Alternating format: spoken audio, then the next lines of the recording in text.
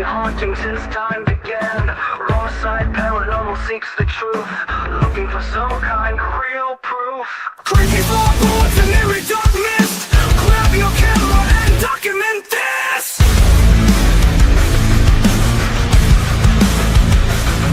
No time to run, no time to hide. We are catching all of this on the raw side.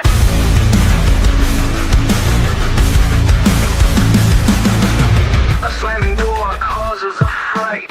A shadowed hand appears in sight. Grab your REM pods and your K2s, or anything else you can use.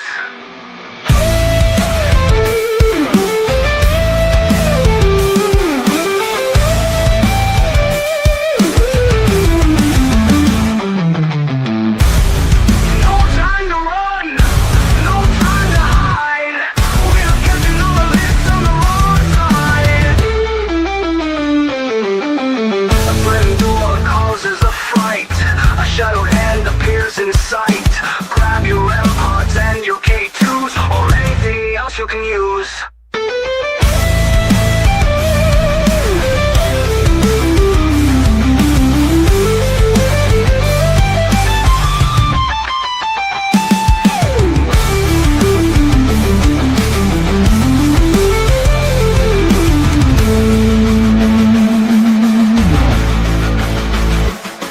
No time to run, no time to hide. We are catching all of this on the raw side.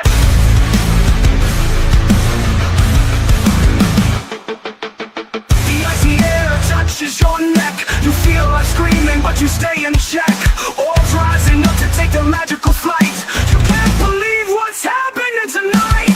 Don't run, don't try to hide. We are catching this all on the raw side. Don't run, don't try to hide. We are catching this all on the raw side.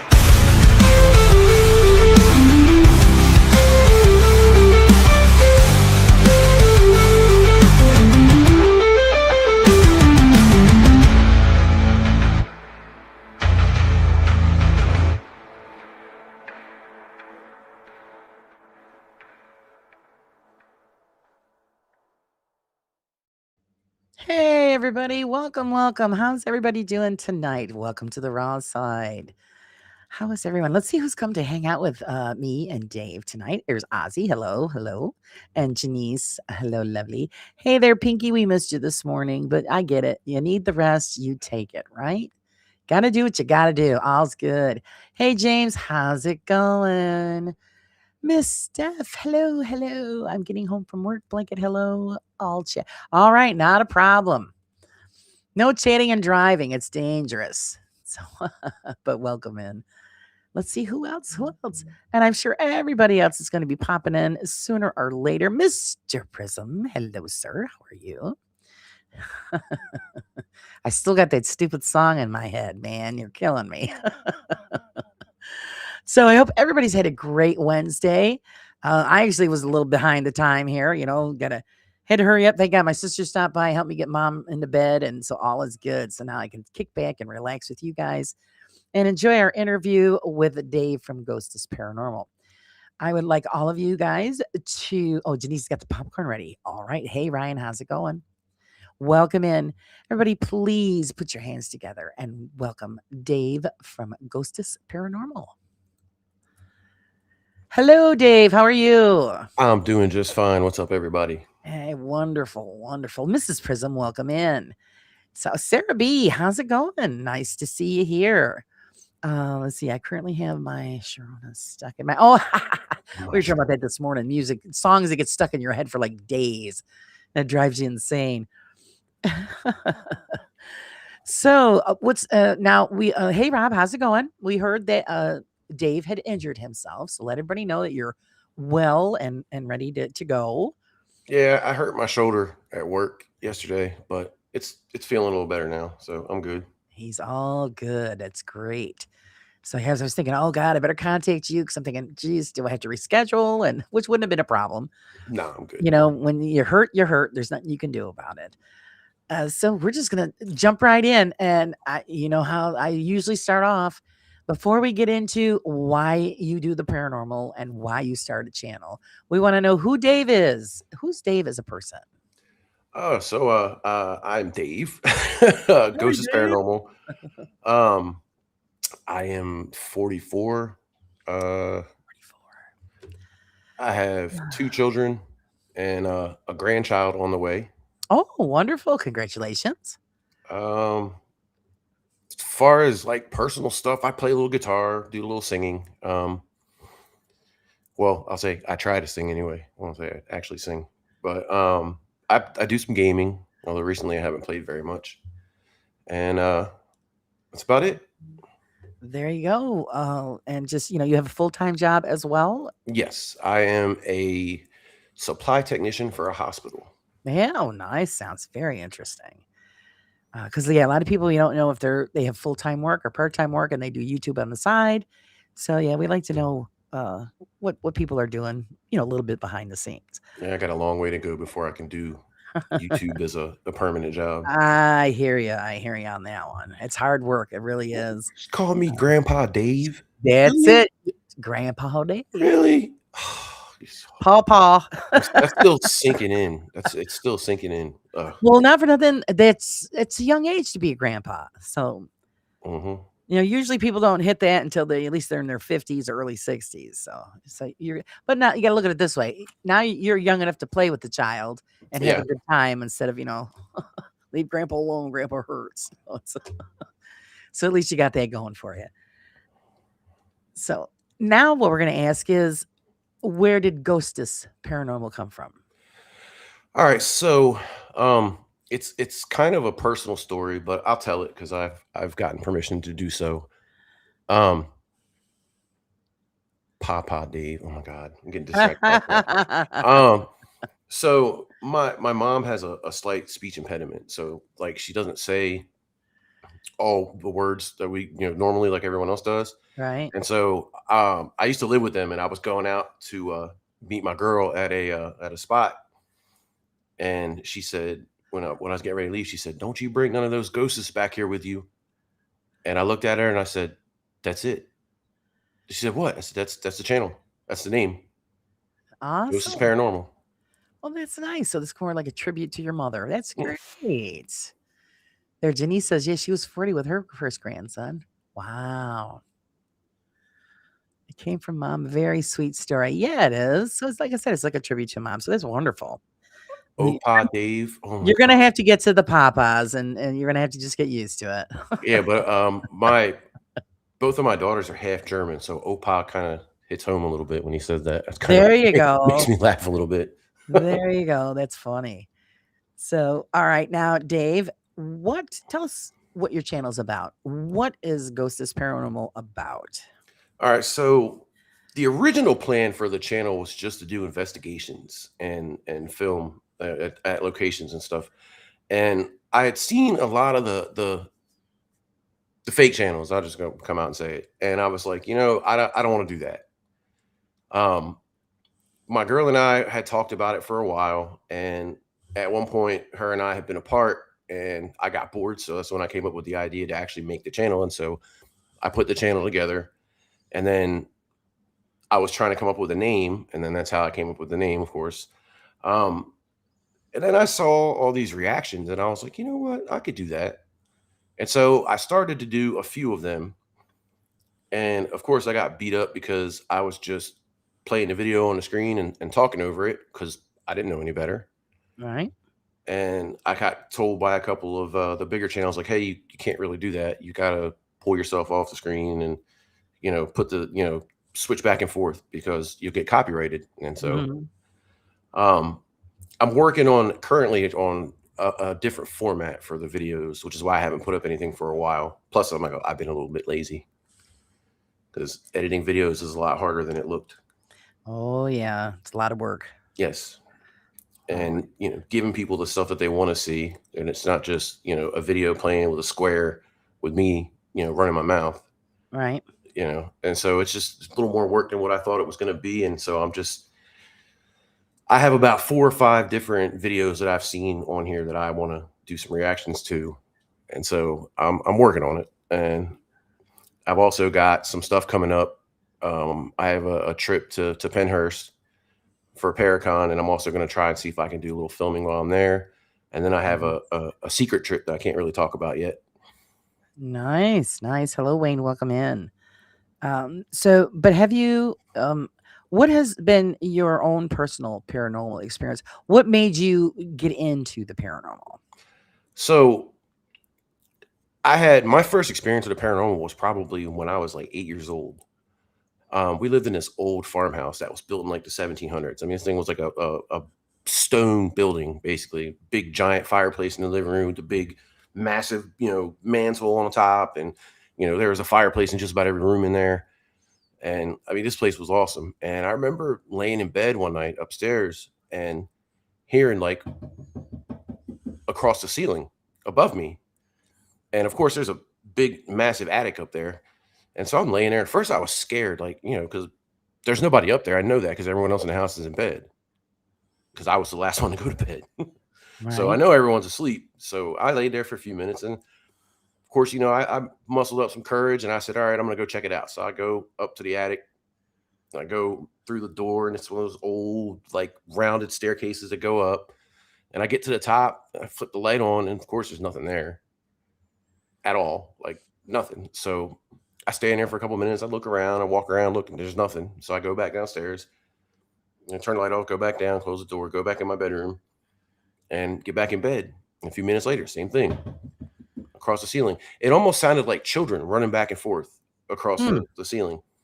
And so I told my dad about it the next day, and he looked at me like I was nuts.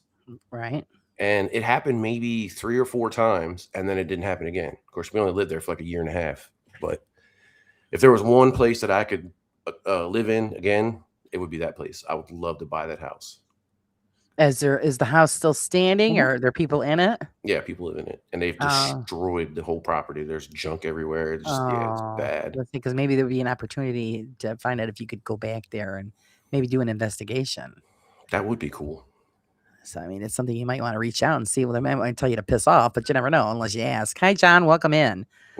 But as far as getting into the paranormal, I got in because of my girlfriend.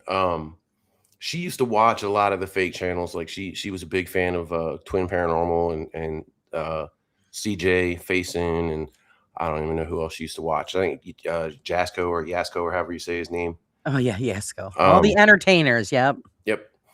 And so I started watching some of their videos, and I started looking at them a little more closely, and I was like, hold on, something's not right here. Like this doesn't add up. Like, this week they go here and, a demon tried to murder them, and then next week, somebody tried to take their pants off or whatever it is, and I was like, okay, something's not right here. And then I don't know if it was her or me that started watching, I was, might have been Beardo or The Shape. It was one of them. Mm-hmm. And that's kind of like how I got into the whole paranormal community, was watching that stuff.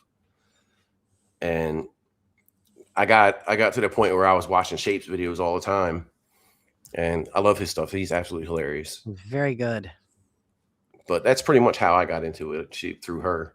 Right. Hello, Mrs. Prism. Welcome in. What was your first actual investigation? So, her and I our first one would have been probably Maggie's Bridge, which is a pretty famous place. I'm sure a lot of people have probably heard it. Don't bring up pants. You'll bring up pants. Yeah. Hello, Stu. How's Big Stu? The no pants dance. Oh, you said it. Jimmy's gonna pop in. And we went to Maggie's Bridge, and nothing really happened. We didn't have anything. We didn't, have nothing, no REM pods or nothing. We just went out there just to check it out. And I think the first time we went out there was nothing. And it was dead quiet. And then the second time when we went, we took her son out there with us, and we heard this sound, and it sounded like almost like a crying sound. and then it kept getting closer to us. Like we could hear it like in the woods, because Maggie's Bridge is surrounded by woods on both sides. Right. And so we could hear it coming through the woods, and it was getting closer and closer. And so I got my phone out and started recording, because I was like, this is insane. Like, we're both like, holy shit, like what the hell's going on here? Right. Of course, her son dips to the car real quick. He's like, I'm out of here. And so we stood there, and the sound kept getting closer and closer. And finally, when it got too close, I was like, okay, maybe we should go. It's kind of, Right. And so that week I had gone to work, and I used to work across the bridge for the National Guard. And I had played the video in a break room for one of my buddies, and my shop chief, who's an older guy, heard it and was like, dude, that's a fox. He's like, Google fox sounds. And so I went down the rabbit hole, Google fox sounds, and pulled up a couple of videos, and sure enough, that's exactly what it was. There you go. And felt so dumb. Like, I mean, I was scared. I ain't gonna lie, I was scared, because We've all been there. yeah, it kept getting All closer, been and there. like, yeah, it was freaky. What is the folklore on that bridge? Why is it called Maggie's Bridge? So there was the story goes, there was a woman in a carriage that was holding a baby, and the carriage went off the side of the bridge, and they both died. And there's all kinds of rumors and stories. Basically, they're you can see them or hear them, and I've never seen anything like that. But there's this thing, like a ritual thing, where you can go up to the edge of the bridge and you hold your hands out over the edge, and you say, Maggie, I have your baby 3 times, and something's supposed to happen. And I've done that multiple times, and nothing happened. The creepiest thing that's probably ever happened there was a couple years ago. There was a full moon, or some kind of special moon. And we went out there, and I'm standing on the bridge, and there's a whole bunch of people out there, which is weird because there's never anyone out there. And so she had to go back to the car. So I'm standing there by myself, and I've got the SB7 in my hand, because yes, I used to use one of those. Mm-hmm. And I had just turned it on, and it was silent. Like, I hadn't turned the sound up yet. I just clicked the button on. Right. And I go to turn the dial, and all I hear is no, really loud, come out of the speaker. Oh, wow.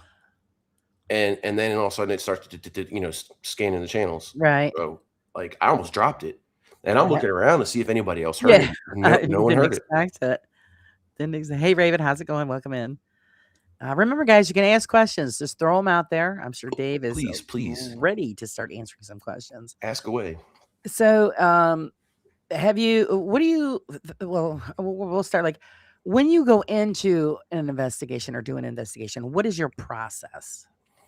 So it used to be taking out, all the gadgets and gizmos and all that stuff. But I mean, prior to that, my girl does the research. She's the research person, because I mean, I get tired of sitting in front of the computer for hours on end doing research really quick. And so she actually likes doing this stuff. So I'm like, hey, go ahead. So, I mean, research gets done, she gives me the stuff, we read it, we go through it, try to figure out what the story is for the area. I've heard some of the most outlandish shit I've ever heard in my life, about some of the places that are nearby here. One of the bridges that's about maybe 45 minutes away from here, there's a story about a giant baby with big legs that walked through the woods around this. Yes, exactly. I was reading this, and I was like, what? Yes, Bigfoot baby. Right? Like, I mean, just some of the stuff you hear. And I mean, and you got to be able to sort through the BS. I mean, and try to get an actual story. Excuse me. Once I've got some kind of a story, we'll go out to the location, and we'll set up. And again, like I said, I used to use all the toys. At one point, not licked. I'll get to that in a second. We would set up the REM pod, and of course back then we'd set up the cat balls, and all the toys and stuff. And normally we would just start off by, hey, my name's Dave, this is Becky, we're here to talk to you. We don't mean you any harm, we don't want to hurt you, but we also don't want you to hurt us. You can't touch us, you're not allowed to. and then just start asking questions. Hey, if you're here, make a sound. If you're here, can you please, because one of the things that I don't want to do is try to order a spirit to do anything. Right. Because nothing drives me more crazy when I'm watching a video and somebody says, "Oh, they did that on command," and I'm like, "Who are you commanding?" Excuse me. Like, you're not in charge of that spirit. Like, if they've done something for you, if they make a sound for you, they're doing it because they want to, not because you commanded them to. Right. And I always try to come from a place of peace. I'm not trying to order anyone to do anything. So I'll start off asking questions and see, what happens, and then kind of just go with the flow from there. So yeah, Dave, man, being all MC Hammer over there. I saw that MC Hammer. So I'll kind of answer Steph's question. No, I've never been licked by a ghost, but I've definitely had one touch my face. Ah. And that is on camera on someone else's channel. You can actually see that. Excuse me. What was that experience like? Tell us how what we were feeling, what it felt like. So I was actually invited, Becky and I were invited to do a video with one of CJ's friends. And that being Chris Barrett. I don't know if anybody knows who he is or not, but and we went and we did a video with him. Actually did two outside of CJ's property. The one didn't get put up because there was nothing and nothing happened. And then we were going to do another video at the bridge. It's right outside of his property. And another one of CJ's friends, Dylan, showed up. And so Dylan was filming for his channel. So I guess Chris decided not to film and just let Dylan film. And so we were standing out there and Dylan was laying on the ground in the middle of this bridge doing an Estes method. And we were asking questions and waiting for answers. And all of a sudden I feel this like real slight hand like drag down the side of my face. I didn't have no facial hair at that point. Right. And it freaked me out because I was kind of like, whoa, like, hey, something just touched me. And like nobody like at first acknowledged it. They were all like, man, whatever. And so I stayed in the same spot. And a few minutes later, here it comes again. Touched my face. And this time I kind of like walked away, like took a couple of steps back. And I was like, yo, like, hey, I didn't say you could touch me. And it was something along those lines I said. And if I remember right, Dylan said, you. Like, that was his response to what I said. So I moved to a different spot and it didn't happen again. Very interesting. Very interesting. Welcome in, Michelle. My question is for that.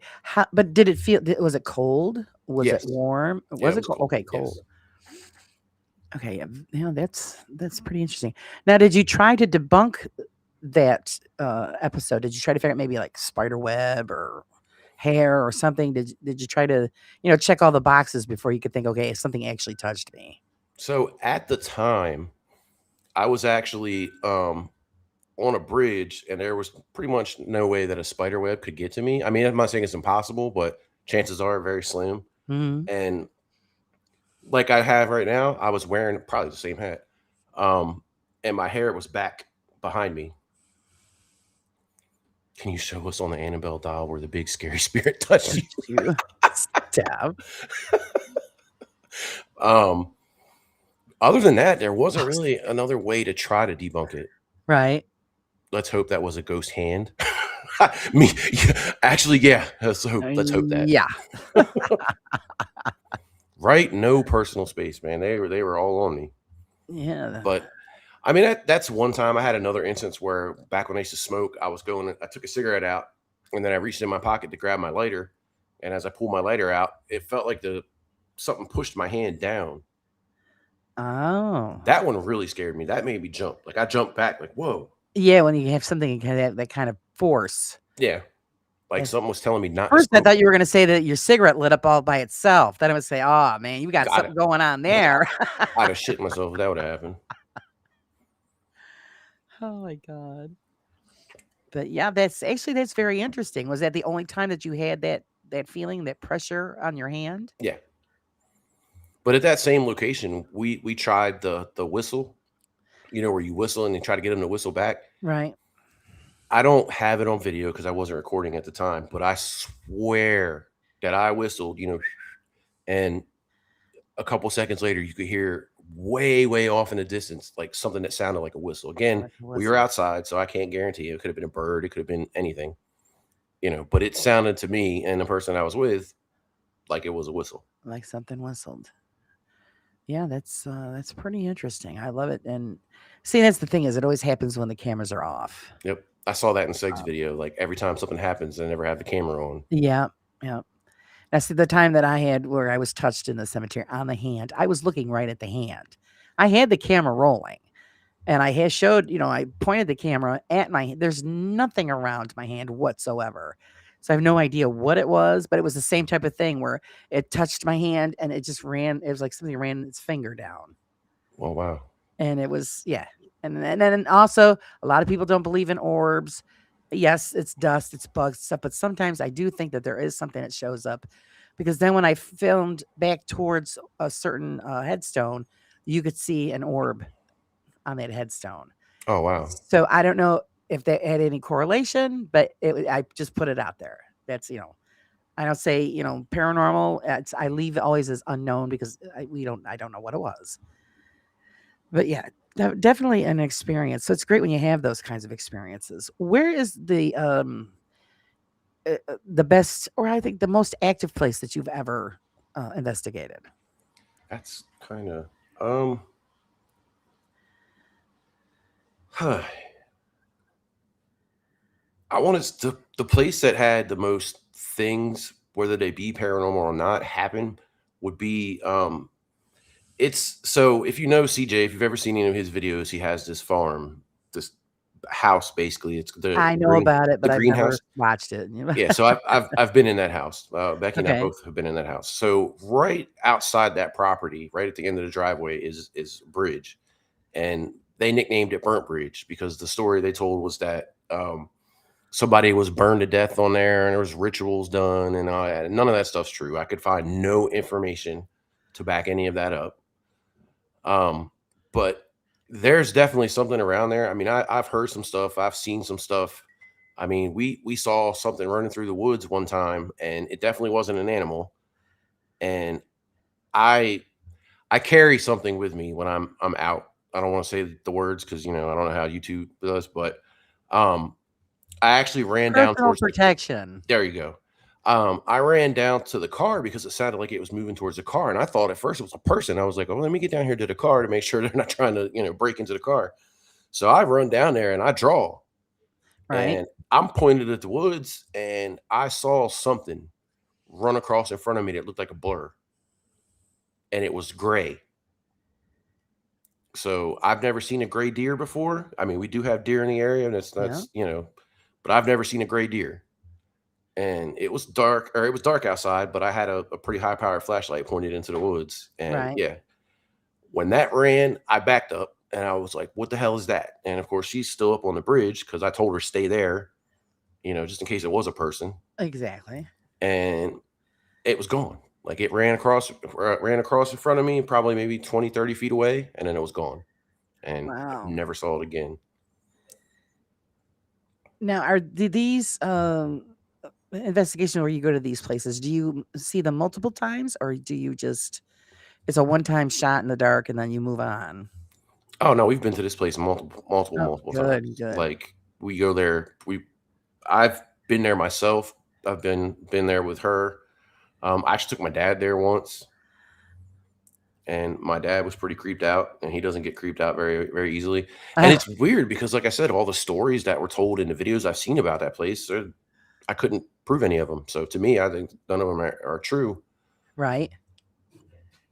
When how do you collect your data? How do you record your data? Do you write things down? Do you just depend on audio and video? I mean, how do you keep track of all the data that you collect?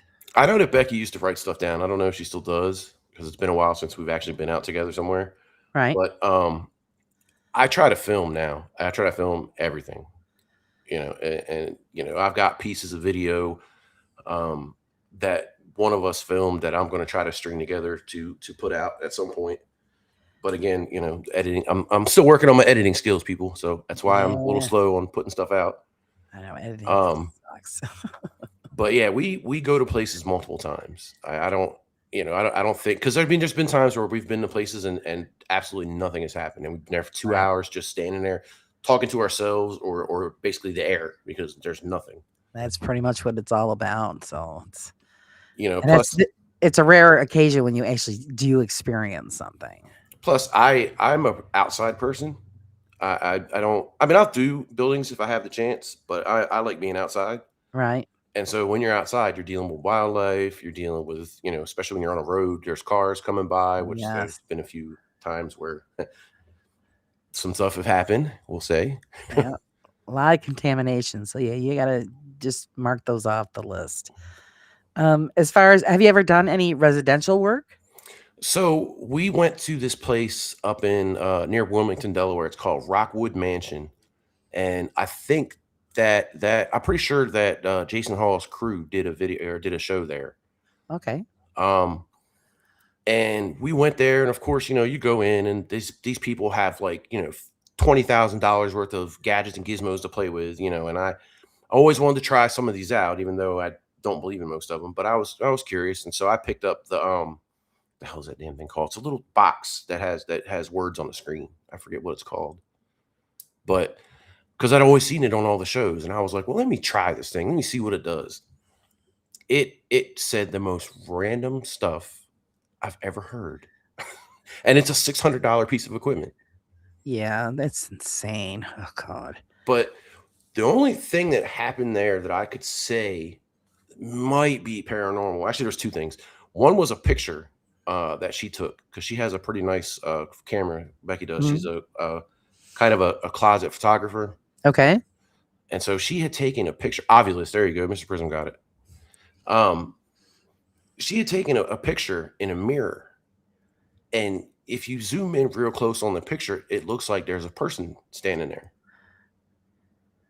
So that was the first thing. And then in the basement of this place, the guy said that there was a portal.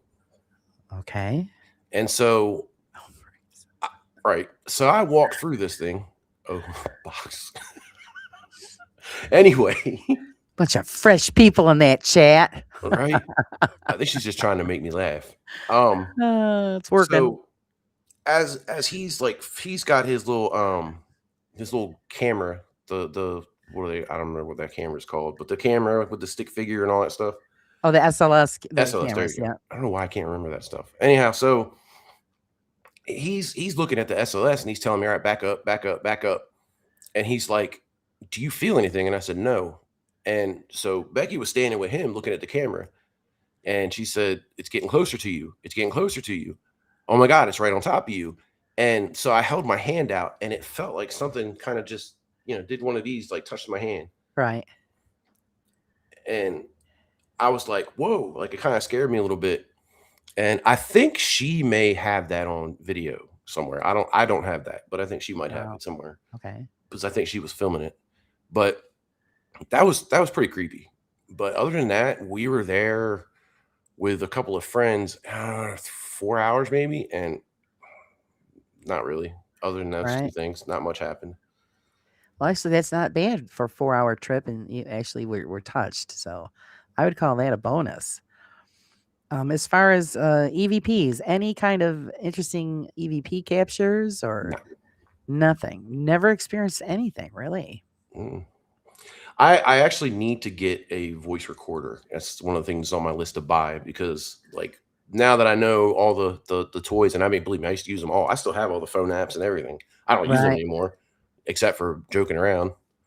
But yes, I definitely need to invest in a voice recorder and stop relying just on the camera mic or my phone because I don't even have a camera.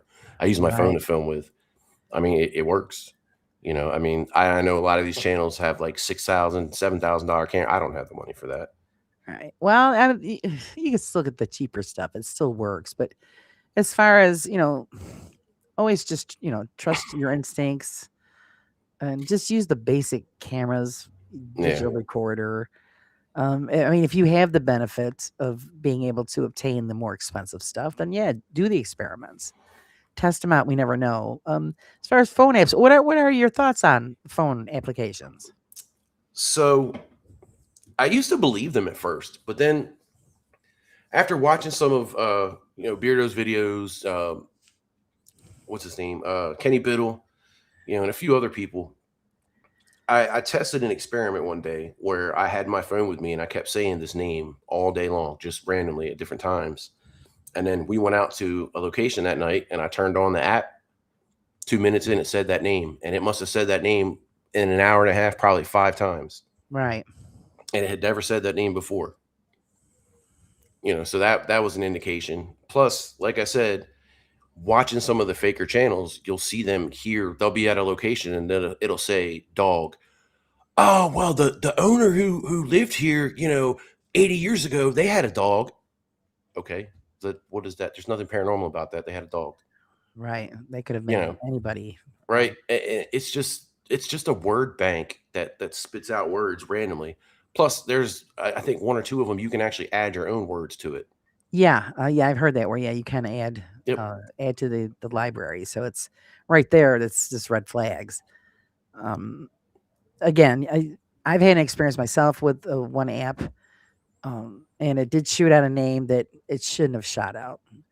So that's why I always stay on the fence about that, because you just never know when one of these ridiculous items will pick up actual evidence. I will say that one of them did spit out a name one time. That was one of Becky's relatives who is no longer with us.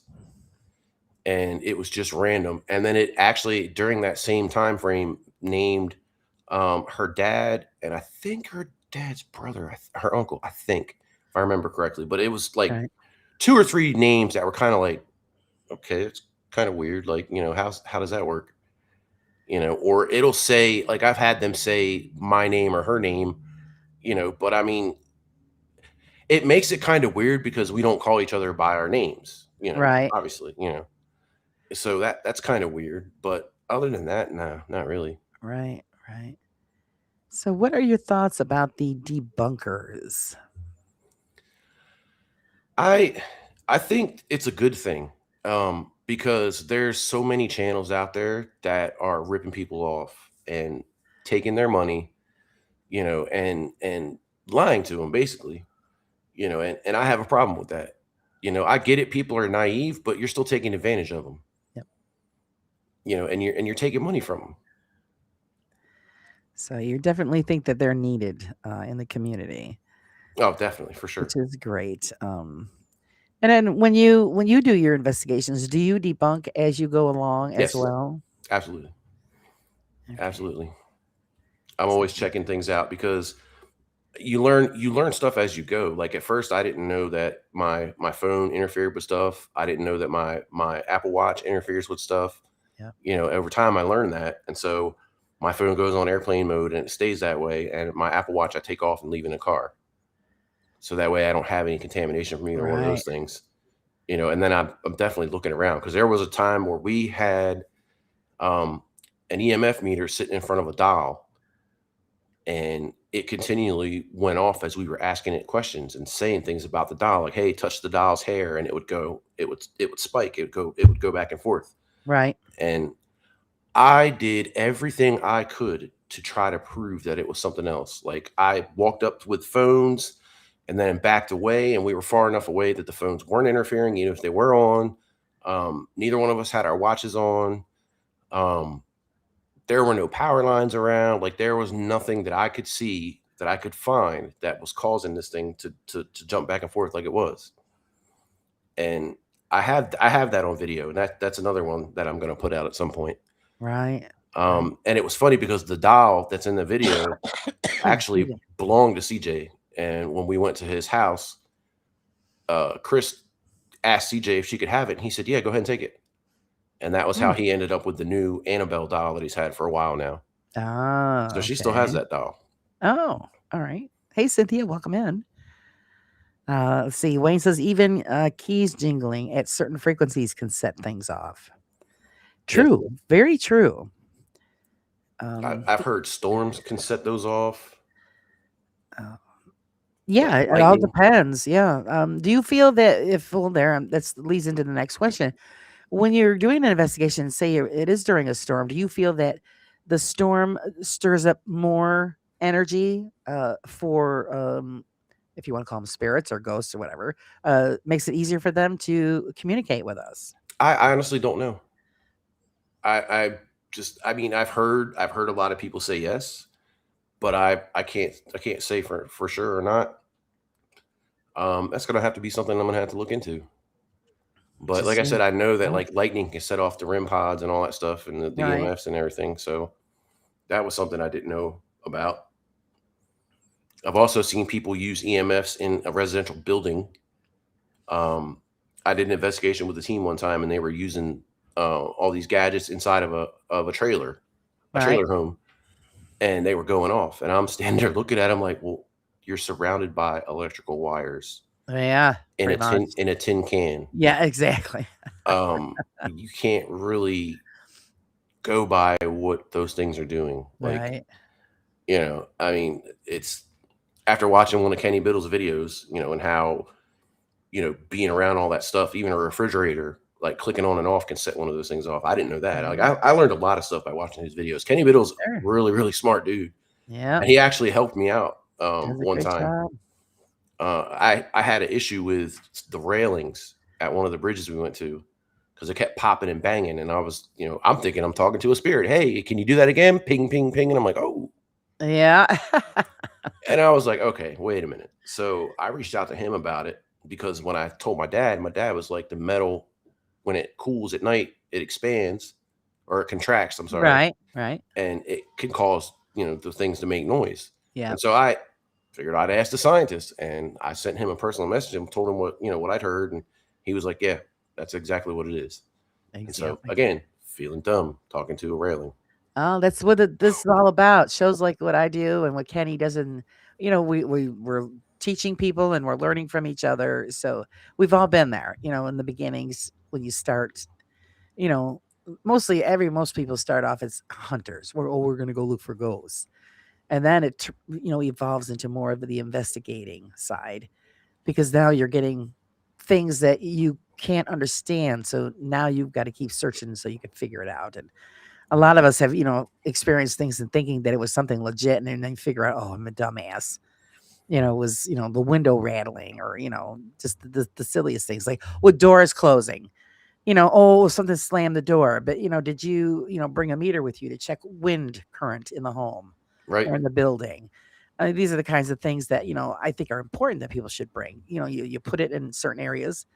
The slightest breeze can close a door or rattle a window. So it's important to check those kinds of things. So if you're going to spend money on equipment, get equipment that's going to help you test the surroundings. right. So you could just check all that stuff off. I It mean, saves a lot of my headache. my goal basically is to document proof of the paranormal. And the issue with that now is there's so many fake channels out there that if you actually did get something that's real and it's real, no one's going to believe you. They're going to, oh, that's fake. You faked it. Yeah, well, they do. Yeah, they do make it harder on us who are really looking for answers. And hey, Cheza, Hey, how you hey, doing, what's up, Cheza? How sweetie? you doing? Good to see you. Where is s- I would have to say, well, the scariest place that you've investigated? There is a place called the Devil's Bridge. Um, it's about, I don't know, maybe an hour and a half away from here. It's an old wooden bridge, and it's really, really creepy looking. Like, you go out there in the middle of the night, and I mean, it's tree covers over top of it for most of the area, and then there's like one spot where you walk forward, and then there's no trees, and you can see the moonlight and everything. But it's a wooden bridge, so it has that old wooden bridge smell. I don't know if you know what I'm talking about. Yeah, yeah, And like at first, I didn't realize what it was, but after going there a few times, I figured it out. But like, it's just a really creepy area. There was one time we went out there, and there was like 8 or 9 dead birds, oh, like all down the side of this bridge, all the way up underneath the bridge. Because I almost crawled all the way up underneath there, and there was like bird body parts everywhere. Like, it was, and I didn't think to film it at the time. I don't know why I didn't, but right, I can't show that on YouTube anyway. So I mean, there's really no point in filming it. But like, it was it's just a creepy area. right. Well, that's curious. What is killing off the birds? But it was only one time that we ever saw that, and we've probably been there on maybe 20, 30 times. Huh, that's awful strange. But it's just like that area because it's, there's a road nearby, and so you do see cars, but you're out in the middle of nowhere. And Right. the only other issue is that like the teenagers like to take their big compensator trucks out there and drive them through the mud and all that stuff. Oh yeah. Um, Yeah. there used to be a tree that stood out there called the witch's tree, but it fell. Part of it started to fall, and so they cut it down. Right. So there's the pieces of it are on the other side of So the that's the witch's dirt road, stump. right? Pretty much. But like I said, it's just a really creepy area. Like there's, Right. you hear all kinds of noises out there, which I mean, most of them are obviously wildlife or whatever. But like, I don't know. There's been times where I've gone out there and just had the weirdest feeling that I was like, I need to leave. Like, I can't be here anymore. Like, I don't know. Something just feels real weird. Right. Wayne wants to know if you had a chance of being a famous ghost hunter or rock star, which would you choose? So when I was a kid, rock star for sure. And now I'm kind of out of the whole rock star thing. So now I probably would go for famous ghost hunter, but not a fake one, a real one. I Right. don't want to do the fake stuff. Well, see, There's there's the trouble when you become famous, then you got to follow with contracts and ratings, and so they're gonna push it a little bit because otherwise people aren't gonna watch. right. That's the biggest problem with being legit is most of the videos are boring because nothing ever happens. I always try to throw some jokes in there or say something funny or whatever as much as I can. As if not, it's just me, either just me by myself or her and I walking around talking to nothing. Right. That's pretty much everybody does. It's another reason why, like, I kind of miss having the gadgets just because they give you something to talk about. Yeah. Well, they're pretty much fillers. Yes. And I think that's why a lot of legitimate investigators, they're doing the experiment, but they're also using it as a filler. Because if actually the majority of the people, if they went on an investigation with any of us, and you're just sitting there for hours in the dark, and they're like, "What the hell? This is it. This is the excitement. We're living on the edge." This is how you do it for real. That's right. It's not all of us have that experience where we're running through yelling demon and, all this other crazy stuff. Demons, bro. Yeah, I called last year the year of the demon. So it's Oh God. every other video. Demon attacked me. Demon did this. Demon, yeah. And I used to say to myself, yeah, if a demon really did that, you'd shit yourself and run. Right. Because that's the bottom line. I don't care who you are. If that was what you were dealing with, you'd leave town. And we would never see it because you dropped that $6,000 camera and haul ass so quick. Pinky says, I don't want to be famous. Yeah, it's too much trouble. Too much trouble to be famous. Mr. Bristol says, I think a rock star would make more money. Yeah, they do. Well, yeah. They do. But, same kinds of pressures. It's just the thing that stinks. What is has there ever been a place that has been so scary for you that you would not return? No, that's not happened yet. That's not happened Not yet. I'm not saying it won't happen, but as of now, no. Now, if you had the opportunity to actually investigate with one of the more popular or famous investigators, who would you pick?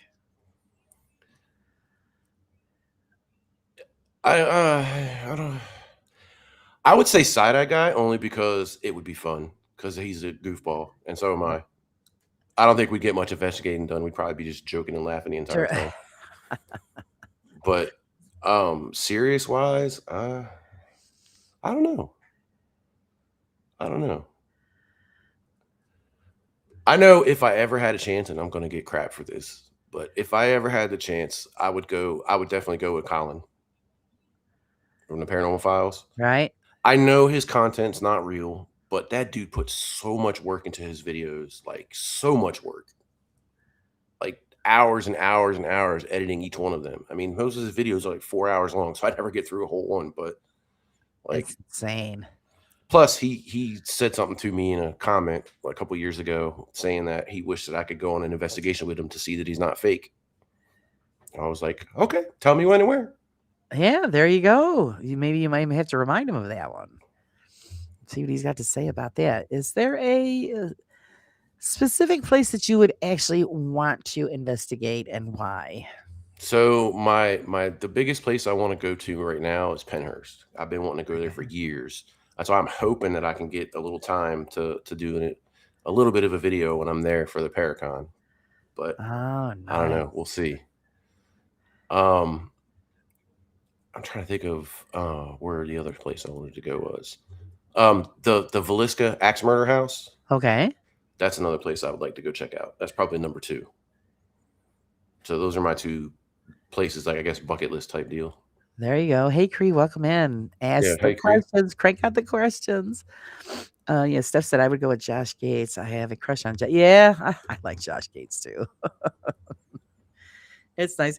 Um, so right now, you said you do mostly outside investigations. So, but um, it's before just because you prefer that. Um, Uh, it's kind of two reasons. One is I prefer it. I like being outside. I'm more of an outside person. But at the same time, I mean, a lot of these places are super expensive. Like, yeah. the famous places. I mean, at some point I'll get there. Um, like like I said, I'm more of an outdoors type person. Like I'm looking for like haunted like bridges, haunted forests, stuff like that. There's a place over in Jersey, the Jersey Devil area. Okay. There's a forest over there that I want to go do a video in at some point and do investigate. Not because of the Jersey Devil, I don't think that that's real, but there's that forest has there was a lot of people who are no longer with us reside there. We'll say it that way, and because it was a big mob area where they would Right. dispose of things there, Ah, and dumping so ground. yes, I don't know how much I can say without I don't want Right. your show to get taken down, but yeah, that's a big thing over there, and I really want to go there. And Jersey's not that far from me, probably about 4 hours maybe. Oh, all right. That's not too bad. Not too bad at all. She said I just lost my train of thought of what I was going to say. Oh, jeez. Well, we'll just go, we'll go on to something else. I lost my train of thought. As far as oh, jeez, what the heck was I going to? My God, it's terrible. Let's see. Yeah, Crusading Colin, because his videos are so long because of the tour, the location, and all that. Do you find that it's important to know the history of a location before you go, or do you like to wait until after you've done the investigation? I kind of like to know what I'm getting into. I feel like, and I know there's people out there that don't want to know and they want to go in blind, and that's cool. I mean, everybody has their way of doing things, Right. but if I'm going somewhere, I want to. If there's a famous spirit there, I want to be able to address that spirit and see if I can get them to communicate with me. Right. Versus just, hey, if there's somebody here, can you make a sound? Which if I don't get anything from that specific spirit, then I'll move on to that at some point. But I kind of like to know about where I'm going. I agree. Okay, Kree's got a question for you. She says, have you ever watched a debunker and completely disagreed with what they were saying? If so, and why? I've not seen any of them that I've watched so far do something that I didn't agree with. Um, I may not necessarily agree with how they deliver some of the stuff that they put out, but as far as the actual debunking, I've not seen anything where I looked at it and went, "No, that's not true." And I know that I've been wrapped into the debunking community. I don't know if I'm necessarily a debunker because I haven't really done too many videos yet, but Right. like I don't know. I guess no. The answer is no. I haven't seen anything that I completely disagree with. Do you think that there's been a point where we have come to, as far as debunking, that we have debunked it so much that we've actually debunked ourselves out of evidence? I think there's always going to be people out there doing dumb shit that need to get called out. Right. And I mean, as long as you do it in a respectful way, and don't act like a complete ass, which I mean, there's jokes and everything. I make jokes too when I'm doing that kind of stuff as well, but I mean, like there's always going to be somebody doing something dumb. and there's going to be someone out there that's going to see it and be like, wait, that's not real, hold on, and this is why. And like I said, I don't necessarily know that I'm a debunker, because I don't have all the editing skills where I can slow things down by frames and all that stuff. I haven't learned how to do all of that stuff yet. Right. But I mean, there's been a couple of videos where I've outright seen, like, wait, hold on, there's no way that what you said happened just happened. That I did the video on the Foreskin brothers, or the Foreman brothers. And Yeah. I mean, there was blatant stuff in that video. I mean, they're walking around on their cell phones talking to each other with equipment set up in this house. And I'm Right. like, how does that work? Like, nothing that you've said is evidence, is anything now, Right. because it's all compromised. So yeah, Steph wants to know what really scares you in the paranormal world. I would say people probably scare me more than anything in the paranormal world. I would definitely the night that when I was a little kid, that kind of scared me a little bit. The footsteps on the ceiling, that was kind of scary. Right. But yeah, people are way more scary than the paranormal. I have to agree with that one. I've never had anything like violent happen to me, where I've like was pushed or thrown or had something thrown at me. I've never had anything like that happen. So I mean, that might scare me, but other than that, I haven't really had anything happen that scared me really bad. So yeah, he's been very lucky. Welcome in, Alexis. How are you? What's up, Okay, Alexis? Cree has another question for you. She says, "Do you think people focus too much on equipment used and not enough on the team and what they are doing, even though they use equipment?" It depends on the equipment. I mean, like I said, I don't use any of that stuff anymore because I've found that it's not accurate, if you will. I do see a lot of teams like doing investigations where they're primarily focused on the Spirit Talker app, and they're in their phone the whole time. Oh, it said Bill or something like that, and it's like, yeah, well, something may have actually happened around you, but you didn't see it because you had your face in your phone watching an app. Right. I tend to not, like, when I'm out, I tend to not wear like when I wear a hoodie, I don't put the hood up because if I can't hear right. I don't like to wear headphones to listen to things because I can't hear right. I want to hear what's around me. And so to answer your question, yes, I do think that people focus too much on equipment. I don't think a lot of people that use that equipment understand what it's for. Right.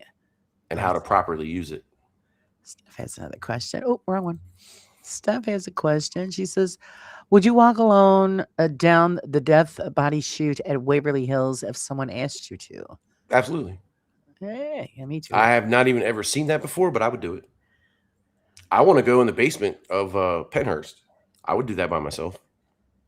I'm that guy. Hey, you want to go in the attic? I'm not going up there. Shit, I'll go. Let's go. Yeah. Well, there's nothing to be afraid of until something comes out at you. So you just gotta. I mean, I was on an investigation with a team that I used to be a part of, and the guy who leads the team was scared to go in the basement by himself. Right. Let's go. I'll go. What you need? You need something from down there? I'll go get it. There you go. Go do it. Yeah. So Alexis has a question. She says, "What do you think about haunted dolls?" That's a tough one because I've seen people selling haunted dolls online, and I actually called somebody out on Facebook a while back because of it, as they claim that they have like a whole shelf full of dolls that are haunted, and I'm like, okay, wait a minute. I don't know that there's not haunted dolls, but I don't know. I find it hard to believe that a spirit would attach itself to a doll. I definitely don't believe in the Annabelle doll. I think that's all crap.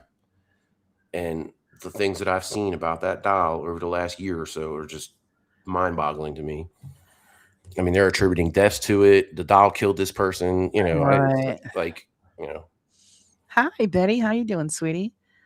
All right. Cree's got another one. She says, "Do you think there are teams out there being called fake when they aren't actually fake, just clueless?" Yes, I think that happens a lot, actually.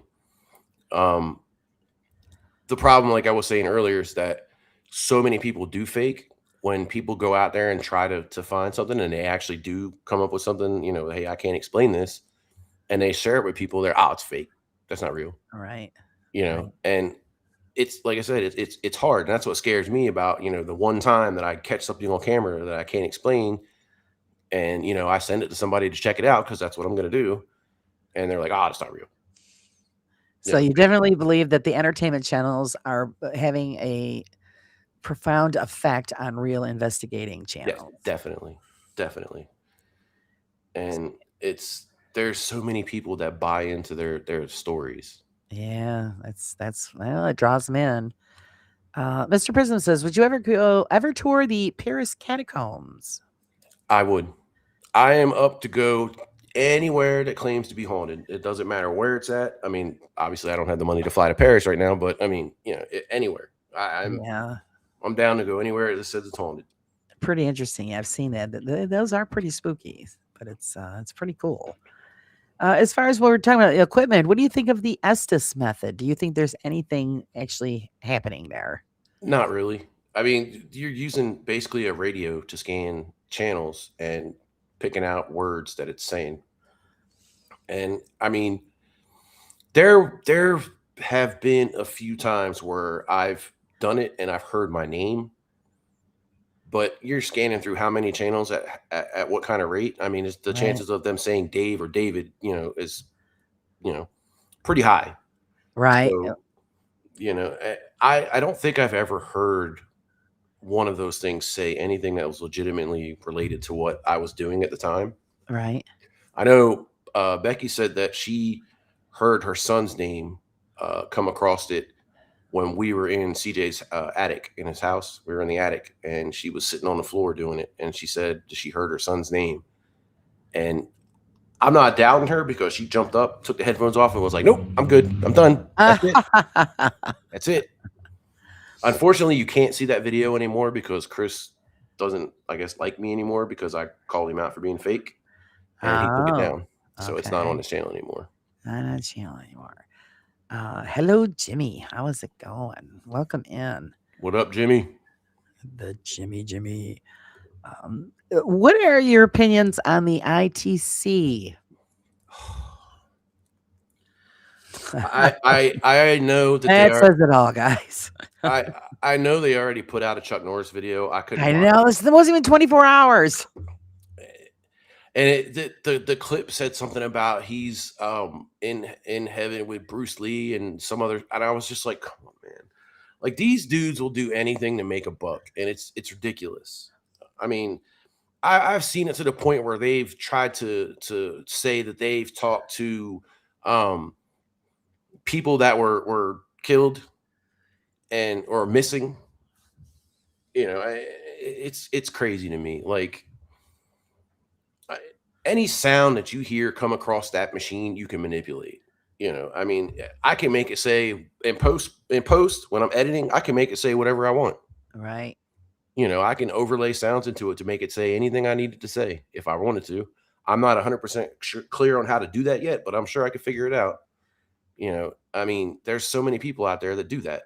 So yeah, I just don't see, you know, the late great Chuck Norris talking to this random dude through a radio. Basically, I don't see it happening.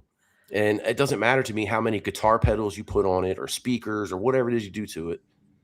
It's still a radio.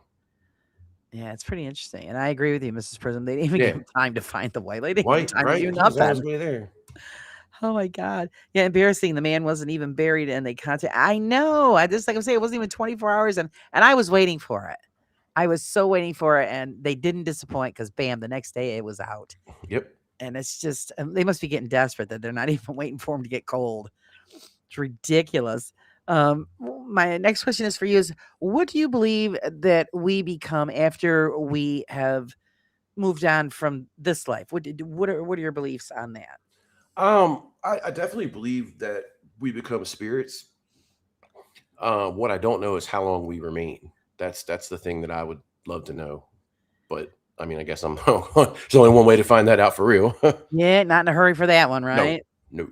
So Not yeah. Well, anytime then soon. again, do you believe that a spirit has a time limit here on Earth, or is it infinite? That I'm not sure. I don't know. I can't answer that. Because there's a lot of places where you'll say that, well, it's been haunted for years, but it's been so quiet for like the last 20 or 30 years. So that's makes you think, is there a time limit, or maybe they go dormant? I mean, it's there could be so many possibilities. They could have got bored and just said, Yeah, "Yeah, exactly. I don't feel like messing with people anymore. I'm just gonna sit over here in my corner and chill."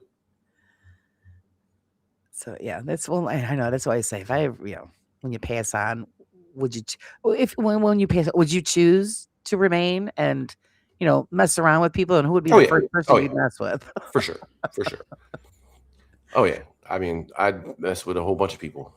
Hey, he's got a list, Oh yeah. Nothing. I'm not gonna hurt nobody or anything like that. right? But it'll be fun to screw around with them. That's for Oh yeah, sure. for sure. I get a lot of grief about because I do the cemetery stuff. And do you ever investigate cemeteries? I have. I get real weird about walking over graves like that. Like I don't know. I've been um to a couple cemeteries. What I don't do is interact with the gravestones. I don't put anything on them. Like I've seen videos where people put REM pods on the damn stone, a headstone, and I was livid when I saw that. I was like, Right, right. this is person's resting place. Like, what are you gonna put Exactly. your gadgets on top of his headstone? Like, Right. you know what I mean? The last time that I went to a cemetery, I was in there for maybe 10 minutes and it was with a large group. And I said, you know what, I'm good. So I'm gonna go outside. And so I went out and stood on outside the gate and waited for everybody to get done what they were doing. Right. Yeah, there's certain protocols that you need to follow when you're doing cemetery work. It's you always have to show respect.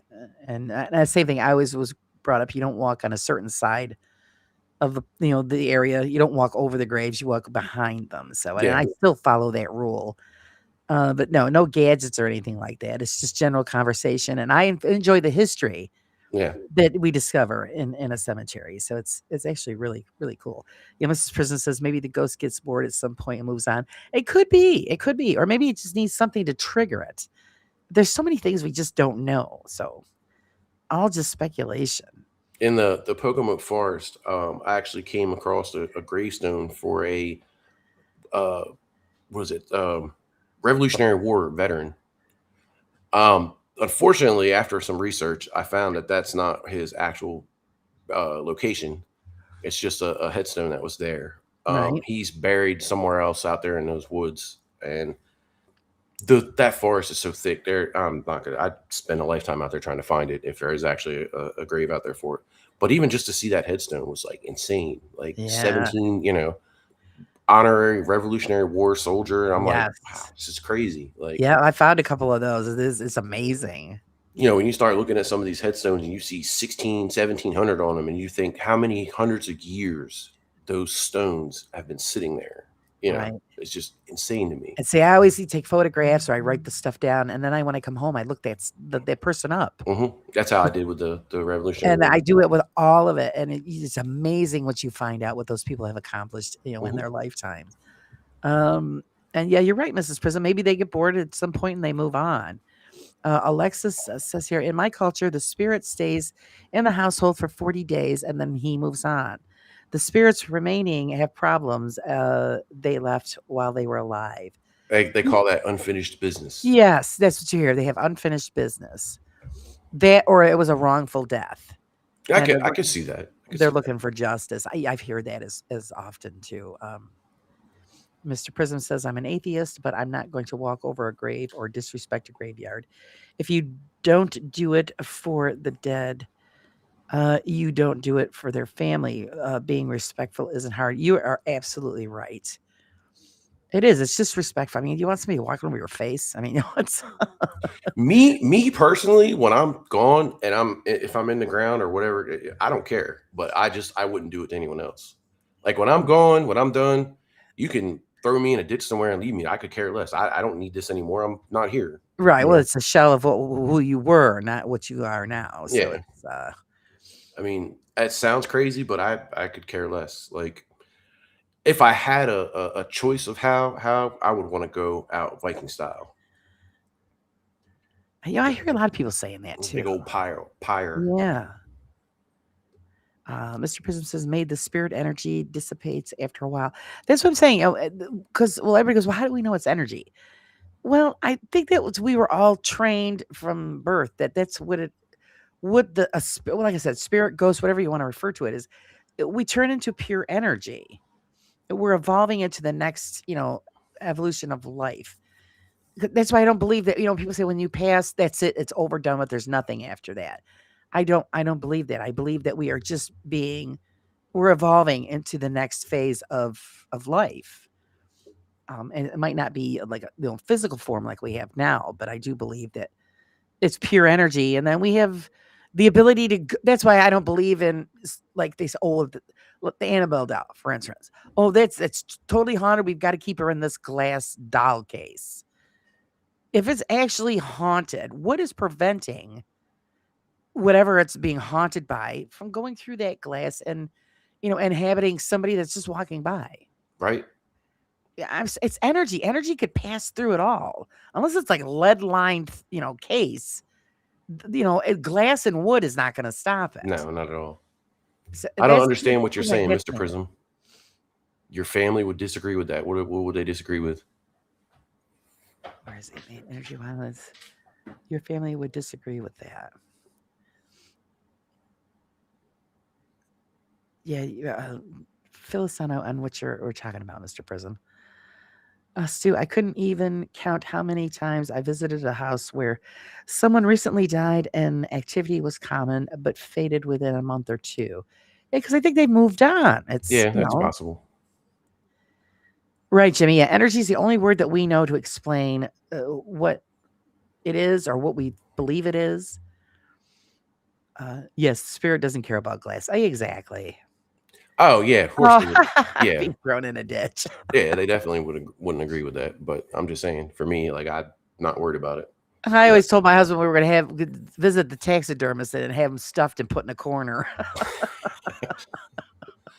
Like the dog on Scrubs. He says, "I don't care." That's what we're going to do with you.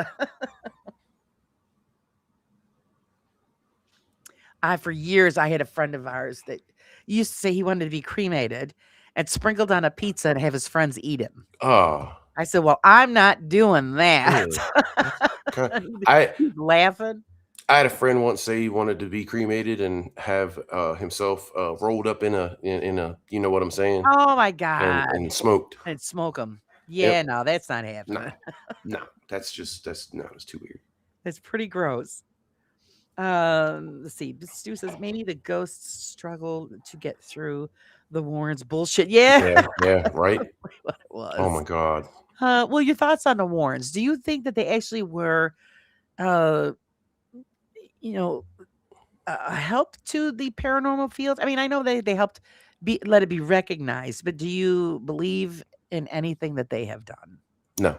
I think they tried at the beginning to do things legit, but once they figured out that they could make some money off of it, then they just it went with it, and it just spiraled from there. I'm not saying that none of the places they went to weren't haunted. I'm just saying they didn't capture anything. Yeah, I don't believe in anything that they did. I think what they were opportunists. They used the paranormal as a gateway to get recognized, and then Hollywood hit him up, and the guy was a businessman. He knew what he was doing. Absolutely. Yeah, Jimmy says a stuffed Dave on a display or like one of those head wall trophies. Yeah. I could just make me a shrunken head. Dave mounted on the wall. Yeah, you're right. How's it going, Nick? Yep. Roll up a blunt, the final blunt. Yeah. Oh, there you go. Mr. Prism's going scientific on us. Yeah, I wouldn't. Yeah, somebody tell me, "Oh, I want you to roll me up and smoke me." That's all right. No. All right, and then Alexa says, "If I was a spirit and an investigator asked me to knock on the wall, I would say, 'Go to hell. I'm not doing it. You don't command me.'" Yeah, well, I would knock on their head. Right. So here, I'll one up you. Yeah, that's But like I was saying earlier. It drives me crazy when somebody like they're, hey, what's your name? Hey, do this. Hey, do that. Oh, look, they made a sound on command. Like, no, you're not commanding anybody. yeah, And 9 times out of 10 in those fake videos, the sound that was on command was somebody in the background banging on something. right, right. Hey, Kels, how's it going? Hey, Steve, how's it going? Well, the thing that kills me is they go in there and they provoke. What do you? They're dead. Are Yeah, they going to be afraid of you? Come on, really? That's why I always said I would just mess with somebody. Like when you see the programs and they're saying, "Oh, they just threw that stone," or "Oh, I just got," and it's terrible because I'd say it all the time. Please, somebody actually just throw something and knock one of them right upside the head, right. just to watch them I shit themselves and take off running. I try not to provoke. There's only one place that I've ever been to where I actually was provoking and actually downright mean, and that's because a murder actually happened there. Yeah. See Somebody it? was pushed over the bridge and they fell into the water and drowned and passed away. Yeah. And so when I was addressing the spirit of the person who did it, yes, I was an ass, and I was like, you belong wherever it is you are right now, and stuff like that. Like I was, come on, man, say something. You were hard enough to do what you did when you were alive. Why don't you say something now? And of Right. course, nothing happened. But Nothing happened, right? you know, Yeah, in, they're not afraid of us at all. in So, that case, yes, I will provoke. But other than that, no, I usually try not to. right. Cree wants to know, what do you think about so many channels doing a lot of stuff on paywalls now when they've got their start on YouTube? To me, like I said, it's about the money. You know, I know. Again, hate to bring these guys up, but the what is it? The Foreman brothers. They're most of their stuff is behind paywalls now. Like anything they can do to make money. Well, people also got to remember it's YouTube, and like I was talking to Dave before we started the show, this is a business. The Yep. bottom line is it's a business. Yeah, a lot of them, do take advantage, do the paywall thing. I mean, I don't do that, but I do put certain things behind just for the members because they have paid to be a member and Hmm. they deserve something special. Just like with the magazine, it's you got to be a member to access the link for the magazine. And I think that's one of my thank yous for them for supporting Hmm. me and supporting the program. As far as the entertainment channels, you got to remember they're there. It's for the dollar. Hmm. They're there to entertainment. They're putting out that entertainment. And yes, it ticks a lot of people off, but it's a business to them. That's exactly what it is. Yep. And the bottom line is if your business isn't making money, then you go out of business. Yeah. So you got to create something to get people to watch. Yes. Yes. I mean, as far as the legit channels, like if they're charging something, I mean, I'll say it like this: going to these locations and filming is not cheap. Buying No. equipment, cameras, microphones, it's not cheap. If you buy decent stuff, it's Right. not cheap. Um, I mean, at one point I had thought about making a PayPal or whatever for my channel, but I mean, that's after I start putting some more content on it. Only because I want to go to some of these places and I'm not monetized yet, so I can't make any money off of it yet. Right. Right. But at the same time, the reason I don't do it is because I don't want people to feel like they have to. Right. You Well, I know, mean, if you're going to be honest with them and legit with them, people don't mind supporting the channel because they want to see you go to these places so that you could film and share these films with them, the experience with them. And there's a lot of people that don't want to become monetized because they don't want to have to go through the troubles of monetization. But like you said, everything's expensive. hmm You have to have the computer equipment. You've got to have the cameras. You've got to have money, yes, to go to these investigations, which are outrageously priced. That's why I always encourage people, you know what? Go to local places in your hometown. They're free. We want to see that kind of stuff. We've seen all the famous places, and most people go because it's on their bucket list. I get it. But Yep. go to places that we don't know about. Your hometown folklore, all of the hometown haunts. Tell us those stories. Um, you know, Cree said something. I think personally, as far as Sam and Colby are concerned, I think they're just the face of the channel. I think that someone else is running everything behind the scenes. I mean, I could be wrong on that, But I think that basically in the beginning it may have been just them doing the videos and stuff like that. Right. But nowadays and for the last couple years at least, I think they're basically they have a crew that they go to these places with, and they run the show. And Sam and Colby are just the faces behind the camera, basically, or Sure. in front of the camera, I guess. And they're doing their job. This is their job. They're entertaining Yep. the And I people. mean, they're funny. I'll give them that. Those guys are And it's, hilarious. it's up to you Same if you thing. want to believe what they're doing. Yeah. And I mean, most of them are funny. I mean, CJ's Yeah. videos are hilarious if you watch them. I mean, the twins, they're hilarious. They're funny. Right. But watching them is just Oh, I got a minute. I watch Mo Sargi. People can't stand him. I think he's hilarious. oh hey, he's funny. He's pretty funny And too. I know everything that he does is BS, but it's entertaining. Yeah. So if you want to watch something that is just total craziness, then you watch stuff like that. Same thing like Omar. I used to watch him when he used to go out and do his adventures. Yeah. It was funny. I know it's not real, but it was funny. So everybody has their favorite entertainment channel. Here you've got, Steve says, famous places are 90% made up stories, myths, and legends with nothing historically correct about them. And you are so right. You are so right. That's true. One of the biggest ones is the Sally house. There's no Yeah, record of a exactly. Sally ever living in that house ever. Exactly. But And it's everybody called goes Sally there, House. and when they do the research, they find out, there's nothing here. Absolutely nothing. Wayne wants to know, what kind of props or things would you try on an investigation to try to get evidence? Boy, my tongue got in a knot there. Skibbity-hibbity. The only thing I've ever actually used, or I should say we, because again, it's her doll, but we've used her doll a few times. As far as props, I haven't really used a whole lot. I might actually try to look into something like that. So there. Cree says, she goes, I have no problem watching the twins or Sam and Colby. I've said 1,000 times they are fantastic storytellers. I look at them more like a visual audio book. Yeah, there you go. Yeah. There you go. Yeah, Steve says, Waverly Hills is another one. It's like I said, I think a lot of I agree with Steve. You got story. Joe Vitale just went through that. With the location that they went to. I'm not going to mention it because we want any troubles here. Everybody pretty much knows what it is. Yeah. And by the time they get done with the research, none of it matched up with the property. It was just something that they made up to bring in investigators and the public to make money. And let's see. Cree wants to know, do you believe in trigger objects? I didn't up until the time with the doll, like I was talking about earlier. That kind of creeped me out a bit. I mean, we had a full blown conversation, and that thing was spiking back and forth as we were asking questions. It was really, really creepy. Like I need to get that video together and put it out.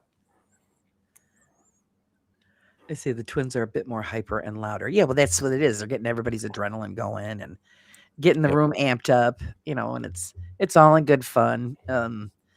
But I have an issue with, the ones that are doing this and they're taking advantage of people. Like you said, the Foreman brothers. Yes. Then they got busted for doing that. Oh my God. The reaction video that I did for them a couple years ago. Oh, I was so angry during that video.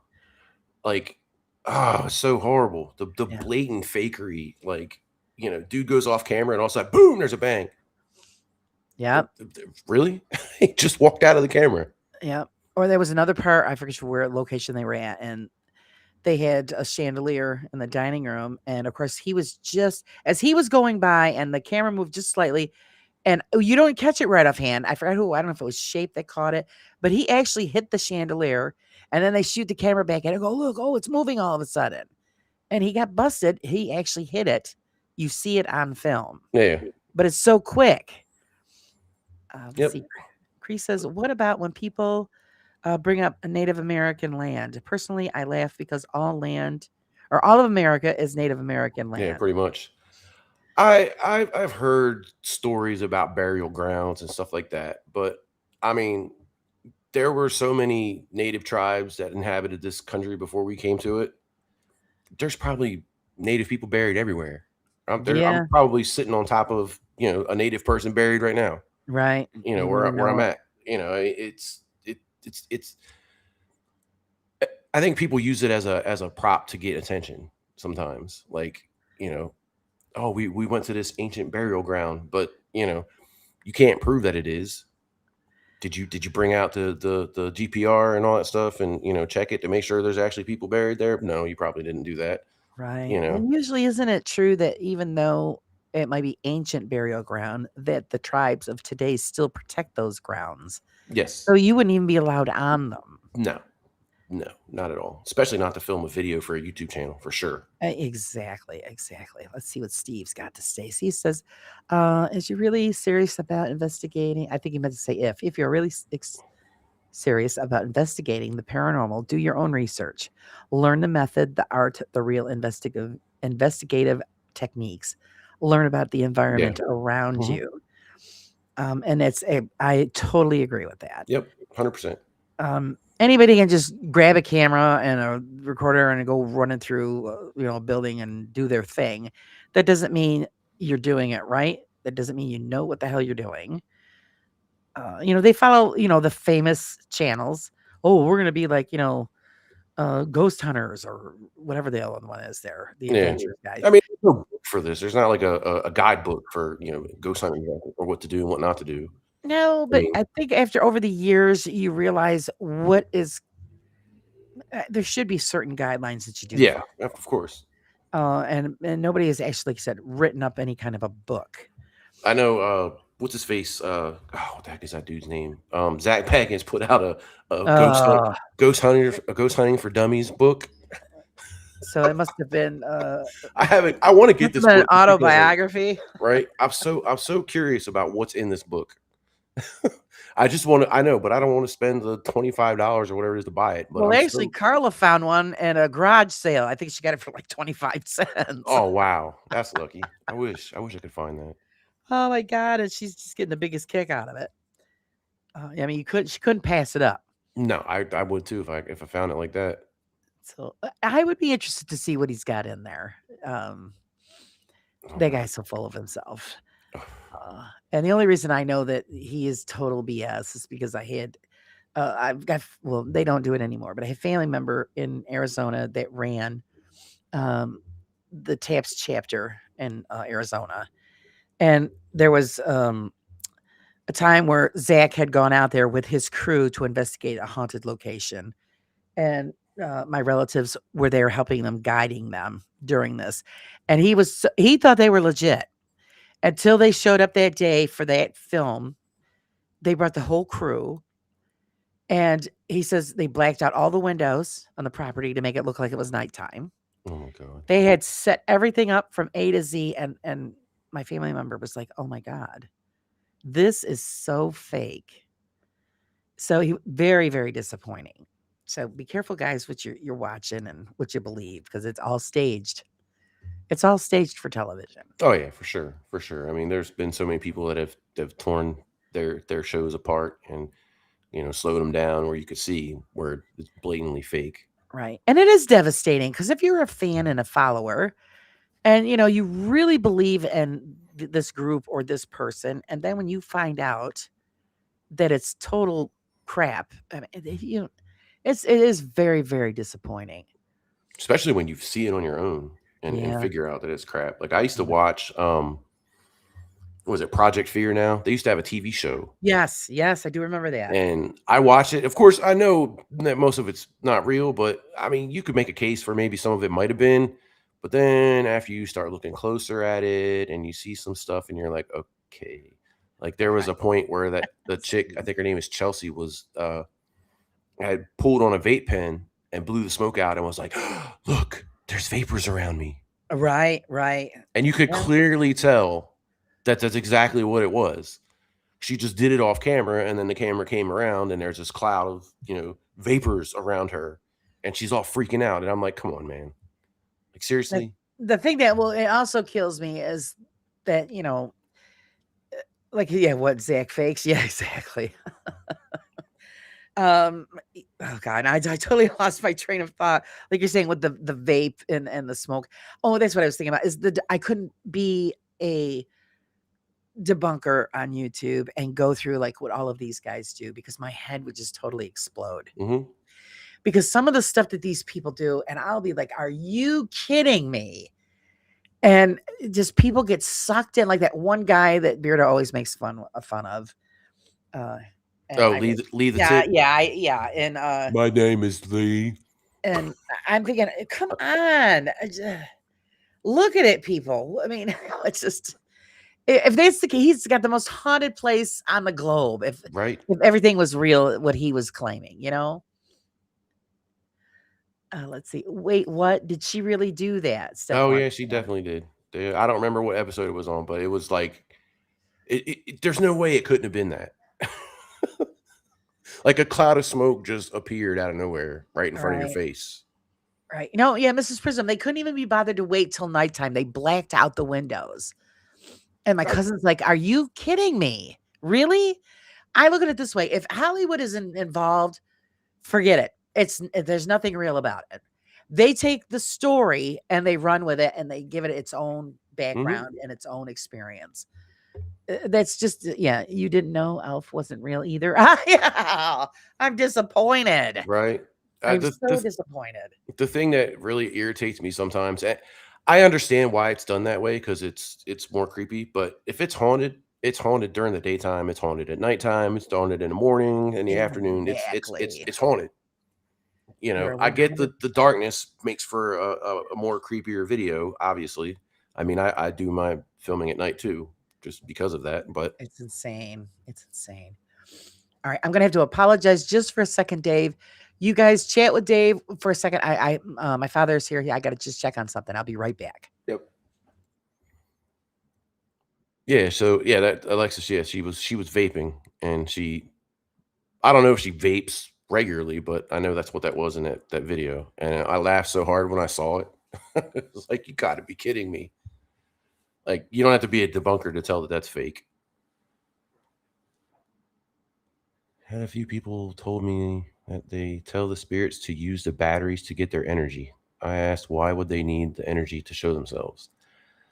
That's been a thing for years that people have said. I there's no proof that that actually works, as far as I know. Anyway, I've never seen it done.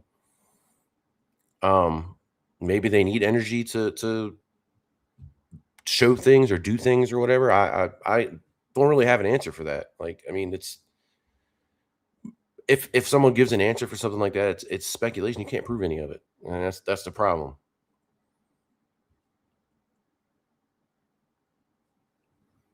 The studio magic behind it is crazy. Yeah, it helps to control the environment, and like I said, it makes for a more creepy video instead of doing it during the daytime when the sun's out and everything's lit. You know, it's not as scary. Okay, sorry about that, guys. I apologize, Oh, Dave. you're good. You're good. Uh, Real life always comes nowadays, first. now everything's okay, guys. Don't worry. Yeah, nowadays, as things are going, whenever I get a call or my father contacts me, I have to check. Oh, it's Uh, fine. Totally understandable. I let's have see. a grandfather who's battling cancer right now, so I understand. Yeah, yeah. It's just our whole world has changed here. Let's see. Yeah, at night it only helps to control the environment a little bit better. Yes, I do agree with that because you've got less contamination. But like Dave said, I agree. If if it's truly haunted, it doesn't have to be dark out. No, not at all. Not at all. So, any questions, guys? Any questions for Dave? Get them out there. So, what are the future plans for your channel? Like I said, I've got a few videos that I'm gonna probably do some reactions to. I want to try like the top 5 deal. I saw one of those that I haven't seen anybody do yet, so I'm thinking about trying that.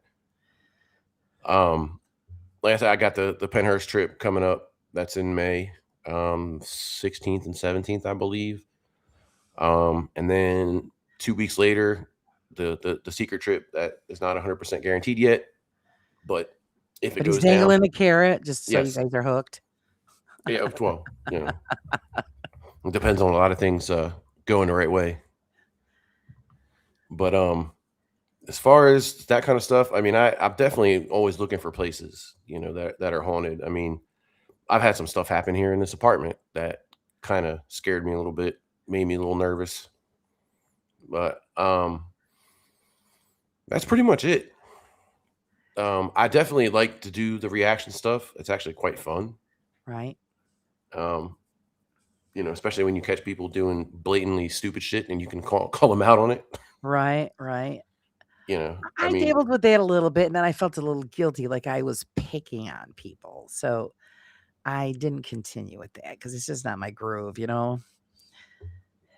Um, it's the thing is, like with me, like I like to joke, and there's a certain group of females that I was gonna do a reaction to, but I chose not to because I figured I would say something that would offend someone. And again, it's right. jokes. I don't mean it for real. It's just jokes. It's entertainment.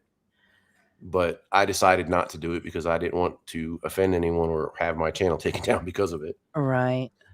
Steve says you really can't decide if a location is haunted with a few hours. You are Right? so right, sir. Yep. It takes weeks, months, years.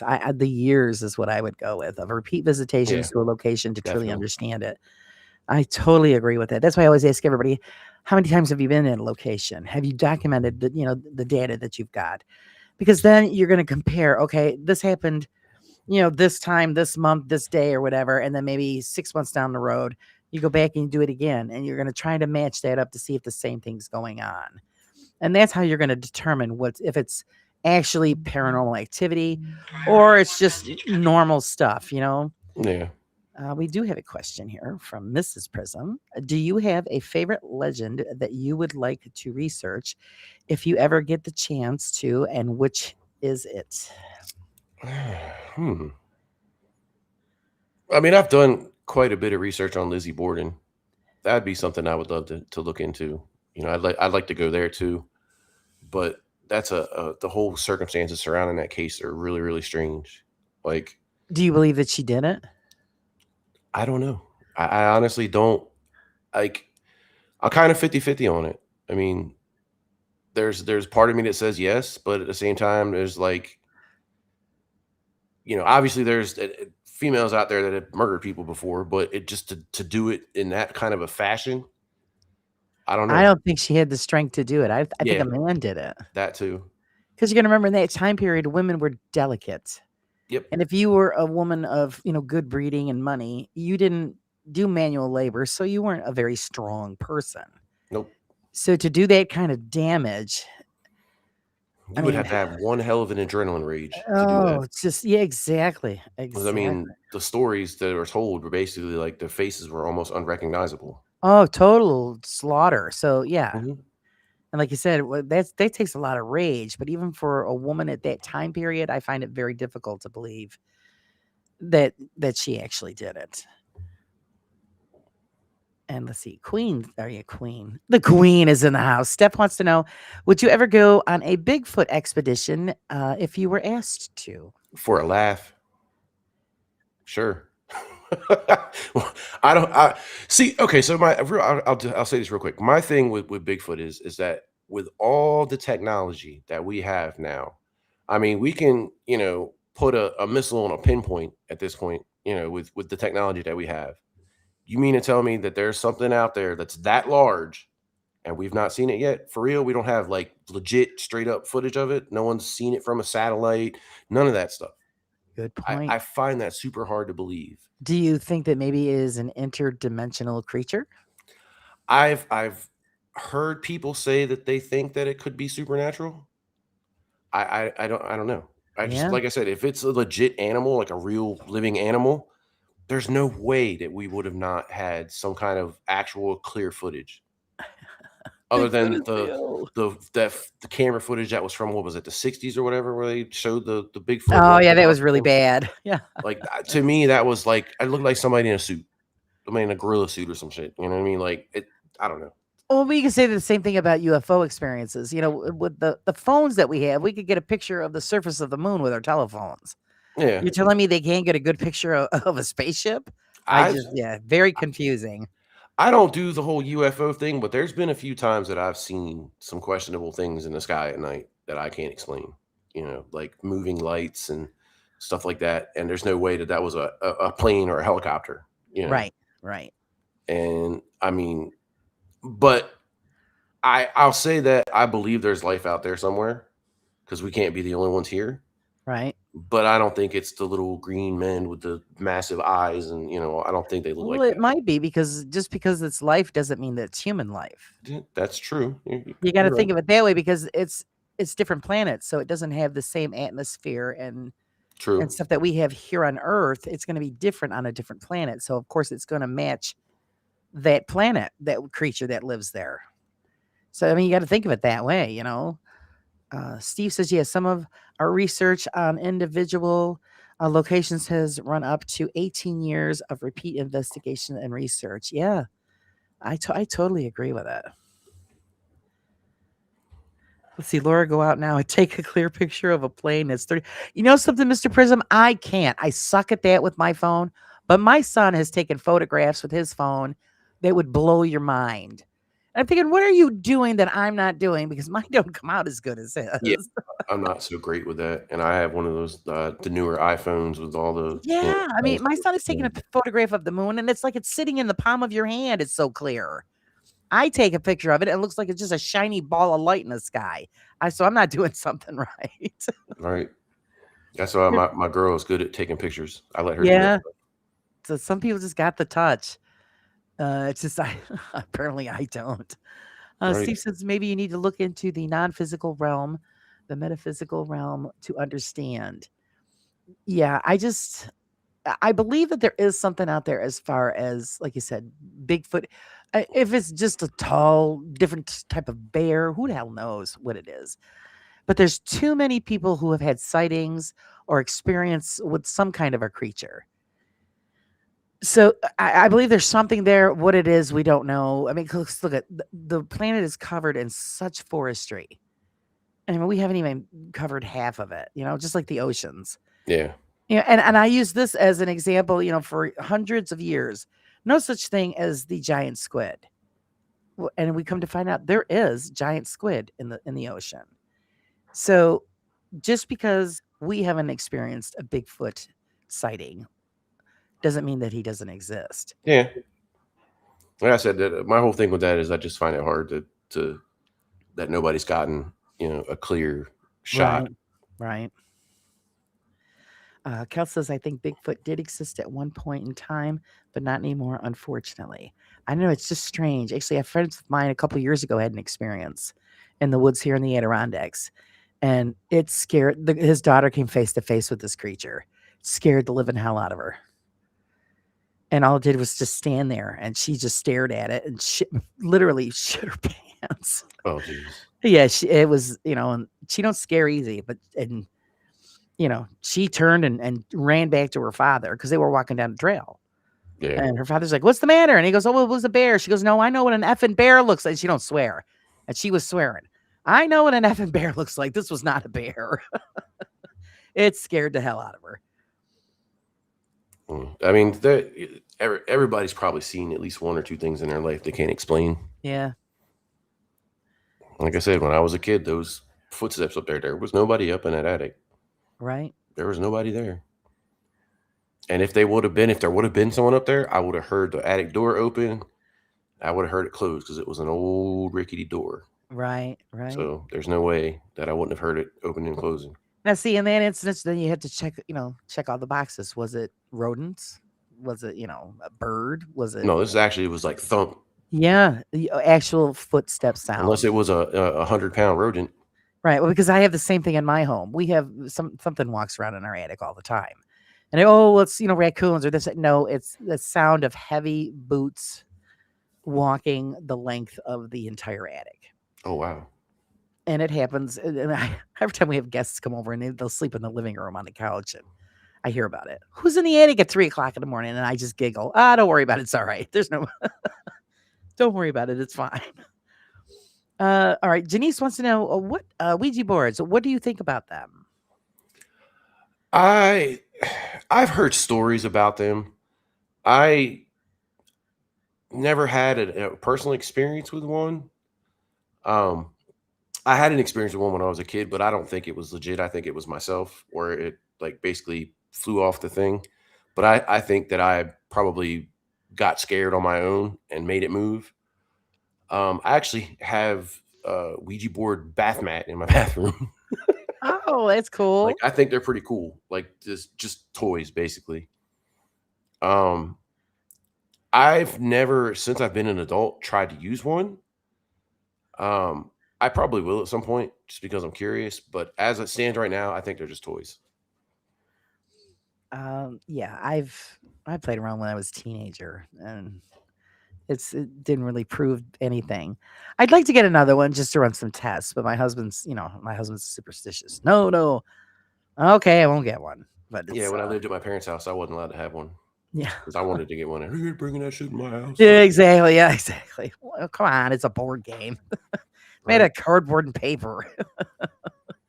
Kel says, yeah, Native Americans lore gets pretty detailed on their encounters with the hairy wild man, and they weren't friendly. Yeah, I've heard that. You're a threat to them, just like any other animal. They're Hmm. going to react to people as a threat. Um, you find out interesting things. Actually, I'm still trying to connect with the Bigfoot hunter that I connect with John, because he did a whole entire series of the Adirondacks this year, and Oh, he's that's got cool. some interesting stories. We're just trying to match up our schedule so I can get him back on. I've been watching some of the stuff, and people are telling stories that are pretty amazing. So, and who would have thought, okay, the Adirondack Mountains, but not for nothing, it's a huge area that's all wooded. So why wouldn't there be something like that living up there? Right. I mean, that kind of makes sense. Yeah. Because I'm thinking, oh, come on, in the Adirondacks. I mean, I've never seen one. I've been up there my whole life, but that doesn't mean that it's not up there. It just doesn't mean that. James says I'm slightly hairy and more mild than wild. Yeah. I've been a little hairy myself, but Ooh, bunch of gorillas going on here. So, they any more migrated across the questions before Bering. we let Dave on his way? Come on, ask away, people. Ask away, get them in while you can. They migrated across the Bering Land Bridge before the lands broke apart. So yeah, that's a lot of animals did. So I don't know. There's just so many theories out there. Who knows what's real, what's not real? But like I said, I always leave that door open. I always stay on the fence about a lot of stuff because, Yeah. like I said, you don't know it until you've experienced it. So you've got to leave that door open. And there's just so many stories that you hear from people about seeing a creature like that. It could be just a different kind of bear. And like I said, I always use that story with the squid. Because for years, oh, no such thing as those until, it was bringing down ships and was doing this and that. And then when one finally washed up on shore on a beach, everybody's like, what the hell is that thing? So there you go. Uh, Alexis, I'm not kicking their beliefs. Yeah, it's I know of a monkey man. Oh Lord. I know hunters who have been in the woods. 6,070 years. I've never seen a bear, and bears live all in the areas they are hunting. So yeah, we have all kinds of that stuff. Bears and mountain Yeah. lion. For years they said there was no mountain lions up here in the Adirondacks. Guess what, folks? They're there. Yeah, Mr. Prism, you're right. They would have to be old. They have 670,000 years in the woods. We do have a question here. Dave, are you keeping your regular live schedule? Um, I am for Saturdays. Thursday is going to be a little bit different. I'm going to have to come on during the daytime because I have been moved to nights on Thursdays and Fridays now.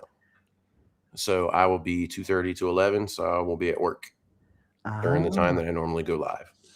So that's going to happen tomorrow. I'll probably be on, I don't know, somewhere around noonish or so. all right. So Not I'm already bad. gonna put up that thumbnail after I get off here. Do I watch horror movies? Hell yeah. What's your favorite one? Oh, my favorite horror movie of all time. That's difficult. Um, Probably Friday the 13th, Part 7, Oh, with the telekinetic girl. I never watched it. She can like move stuff with her mind. She's like All throwing right. lamps at him and all kinds of stuff. Ah, yeah, never watched it. Usually after the second one, I figured, it's it. How many times can you kill a guy? Nine, not 10, 10 times, 10 times. I just find those movies frustrating. So yeah, after the second one, that's pretty much done. You're pretty much watching it for the kill scenes after a while. Yeah, Like yeah. that's the only thing. And like I get looked at like a crazy person because when he kills someone, I'm like, yes, that's awesome. Like the I don't remember which movie it's in, but the sleeping bag scene. There's a scene where he drags this chick out of the tent in a sleeping bag and then bangs it on a tree over and over again. Oh man. And I was remember watching that as a kid, and I'm like, yes, that's awesome. Oh, I think jeez. my mom and dad looked at me like, what is wrong with you? That's it. Take him to a clinic. He needs help. I remember watching Jason Goes to Hell with my grandfather years ago on Jeez. VHS tape. That's how long ago it was. And Are you after the saying that we're first kill old? scene, after the first kill scene, my grandfather said, nope, I'm going to bed. Good night. And I was like 14, I think at the time, 14 or Oh my 15. god. And he's like, yep, I'm going to bed. Have fun. And left me out there to watch this movie by myself. I also get annoyed by I know it's a movie, but it's the girls are always so helpless and they always Oh my fall God. down and I twisted my ankle. And I always catch myself bitching at the TV. You deserve to die, you're dumb. It's always like the big chested blonde chick that's running up the stairs Exactly. Yeah. And instead it's of just out the front door. so You know. sickening. And they always trip on something, even though there's nothing there. And if you got, there's something bad going on, and there's something in the basement. I'm not going to check that out. I'm leaving. Oh, let's go down here with a Right. candle. Whatever. Right. You get what you deserve. I remember watching one of the Friday the 13th movies recently with a friend and going like, all right, let's see how many times he trips before he gets Yeah, it. yeah. And I'm like, 1, 2, 3. All right, we're up to 5. Oh, no, damn, he got her. Or Okay, instead of, 5. jumping back in the car and driving off, no, they run to the barn where all these sharp tools are. Right? Come Like the commercial, on. like that one commercial that used to be on TV a while back. Yeah. Yeah, don't get in a car and drive off. Let's run to the woods. I don't know. Yep. I get very annoyed by it, so I don't watch it. Yeah, it's more entertainment. It's funny. Yeah. I laugh at that stuff. Like it's so hilarious. And I mean, like Freddy Krueger, like Nightmare on Elm Street, those movies are absolutely hilarious. Like, the jokes and stuff that he says and the funny shit. The you forgot the power glove. You know what I mean? Like that's hilarious to me. I don't know. Yeah, well, I got other things to do with my life, so I don't. I don't watch them anywhere near as much as I used to when I was younger. I mean, Right. But every once in a while, I get an itch. I'm actually more impressed with the video games that they have out now than the movies that they come up with. The video games are pretty amazing. I don't know how you guys all play them, but it's really is amazing. There's actually a Halloween game that they're working on right now. It's supposed to come out, I think, next year. Ah. So I'm kind of stoked to see that. So I'll have to keep an eye out for that. All right, guys, we are just about at the 2-hour mark, and I want to thank all of you guys for hanging out with us tonight. Great questions. Thanks. Appreciate it. Thanks for supporting us. Guys, if you're not subscribed to Dave, go check him out. If you like what he's got going on, hit that button. Let's get his numbers up. Please. Dave, I thank you for coming tonight. It's been a pleasure. I hope you enjoyed yourself. And just remember, guys, always having live me. life a little bit on the raw side. And we'll see everybody next time. Peace.